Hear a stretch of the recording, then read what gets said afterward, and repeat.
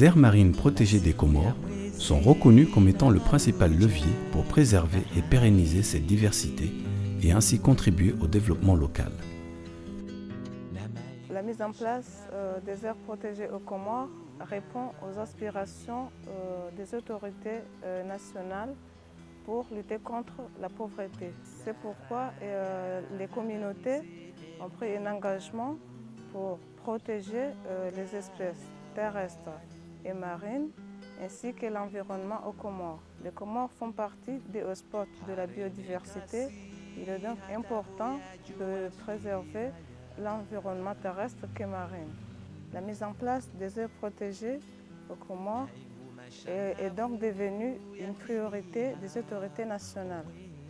C'est une intervention à deux niveaux. D'une part, protéger les écosystèmes marins et terrestres pour un développement durable et harmonieux, et d'autre part, pour accompagner la communauté dans la lutte contre la pauvreté. Le parc national de Moélie est un des sites les plus importants au monde de ponte de tortues marines qui voit des milliers de tortues chaque année se regrouper sur les plages d'Itamia notamment. Il constitue aussi la plus grande étendue de mangroves du pays.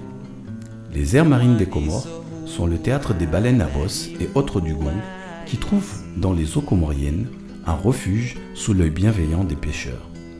Mais l'espèce la plus connue des Comores est le sélacanthe, poisson fossile qui n'évolue que dans les profondeurs des eaux comoriennes, est devenu le symbole de l'archipel à tel point que l'État lui a consacré une aire marine pour préserver son habitat. Le PNUD s'est fixé comme objectif de mobiliser des fonds afin d'assurer une gestion durable des aires protégées des Comores à travers le Fonds environnemental des Comores. Comme l'a souligné le directeur du Parc national de Moélie, l'implication des communautés villageoises locales est déterminante dans la viabilité des aires marines protégées.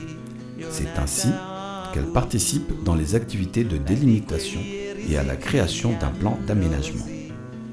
Acteurs dans la gestion, elles proposent des solutions adaptées au contexte local pour gérer durablement les sites et évoluer dans des activités génératrices de revenus telles que l'écotourisme.